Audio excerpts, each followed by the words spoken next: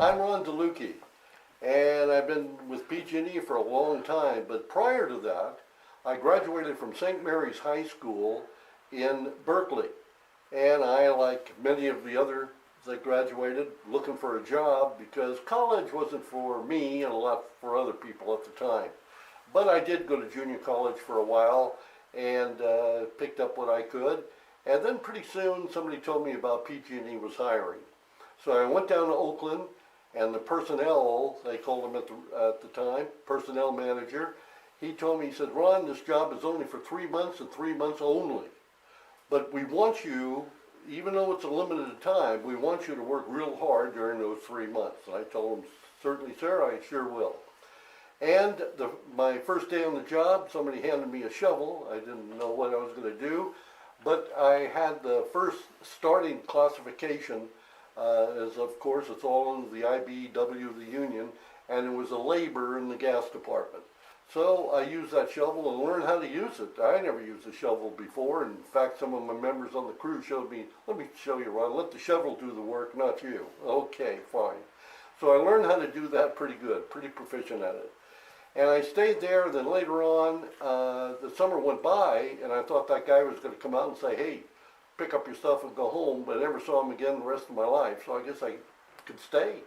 So I did, and I went up the ladder, and the next step up was an Apprentice Fitter that learned to weld. And I went to the next step after a couple of more years, and that was a fitter that did all the welding on the job. Now they do gluing and everything else with plastic, but in those days, all the steel, everything was welded. And then I went to a foreman job. Then while I was doing my foreman's work, the superintendent came. He said, Ron, we'd like you to be an engineer for a while, gas engineer. And then pretty soon they upgraded me to a supervisor, and I just did all kinds. I operated equipment. I just had it all, and I was very, very fortunate that they gave me the opportunity, and I loved doing it, and I did my best. And that's it. Sure, I made mistakes like anybody else does, but you learn by the mistakes, and the number one thing, nobody ever got hurt, and that's what I was very happy about. And then while I was with, in that classification at PG&E, there was other things, the duties I liked, and somebody said, Ron, you ought to go into what they call then marketing department. And the marketing was to meet the customer, set up appointments where they get their service run and things like this, and join the local chamber of commerces and things like that. And that was a lot of fun, and I had great training through the managers. So I thought, gee, I like that. I like the public speaking. And so I kind of thinking about it, and I said, you know, I loved radio. And I thought, I'm going to see if I can get into radio. So I went to a radio school in San Francisco, did not complete it, but I found a job. So I said, oh, that's great. Can't do any better than this. So I was with a station. I did top 40 radio. I did some talk show. And funny enough, the company did not like anybody moonlighting from PG&E. It didn't look good for somebody to get another job someplace. But I did work with them, and they loved it. And it happened to be, by luck, one of my first bosses was PG&E. So anyway, we did that, and PG&E had a nice write-up about me and things like this, and I had other opportunities to go with major stations. But I thought, you know, I had a young family growing up. Am I going to take that risk and throw away? And I decided best I not to, because there's only a few percentage of people that really make it big in radio. And you probably know the people that are very successful in it. The rest of you never heard of. So, but then PG&E brought me into the department where I did a lot of narration on safety films. So we had a big department, and we had a regular studio in PG&E that were people from the professions, from KGO, all the network stations and everything, that they left that, they worked for PG&E, then they finally retired. So a lot of knowledge.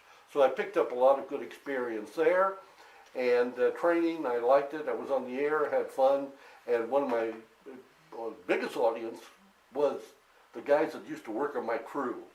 And from there, I did a lot of training. I went into finally Safety, Health, and Claims Department, which is once was called. And I did claims work. Then for a while, I enjoyed learning that because the manager wanted both the experience of claims and safety, so it was a new field. So got into that, but safety was my love. I went back into safety, and I just kept going until finally I was supervisor of safety engineering, and then finally retirement came. Well, all work and no play, as they say, and I had a little hobbies on the side that I started. And because back in my crew days, there was a lot of us in the field that were, as today, they love cars. And the person that got me into cars, he loved the old ones. And this one right here is a Model T. Model T made Henry Ford a fortune. It was the first car around 1915 that was assembly line. It's the T itself. They went through the alphabet, and a lot of those letters were never, it was on the drawing board, but never on the road. But the T was a big success. So Ford did great things. And then he was really a superstar when it came to Disabilities Act, and so many of the things that we have now. Ford Company started it, and he wanted the people to work for him, and they did. Here's one that I had, and I was very fortunate in my hobbies. I made national cover of magazines. This is one of them. That's mine at home. You see how much it looks like this other one here. And then they went finally to a roadster, which just had the 2 seats, and then finally a closed car.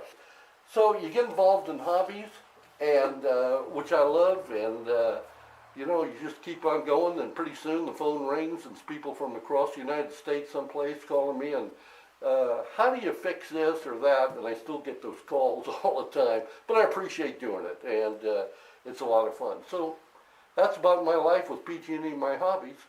Where does safety fall as an item of importance to you and to the company that you worked for? Safety is my number one passion, my number one concern. And the reason is, and the car has a lot to do with it. These cars, there was no seat belts in those days on any vehicle. You sat actually on the gas, where you sat on your seat in the car driving, right below that little cushion, that was the gas tank. And but safety is, like I said, a passion of mine. Think of a piece of advice you want to give a 16 or 17-year-old young lady or young man as they get ready for whatever they're going to do after high school. What are a life lesson? Well, that's a good question. I'm asked that quite a bit by high school students. What they think is the most important. Communication skills is number one. And when you do land that job, it may not be the job that you're looking for, but do the best you can at it. Do the best you can. Things will come later. Don't worry about how much this guy's getting paid or the other person's getting paid. Do what you agreed to do. The companies have hired you to do a job for a certain price. You accept it. So by accepting it, you're bound to do it or leave. It's just that simple. And move on. Some people's had hundreds of jobs. I've only had a few in my whole life, but I happen to fall into and just do what they told me to do, and I quickly advanced to where I was. And I'm very proud of things happening that way.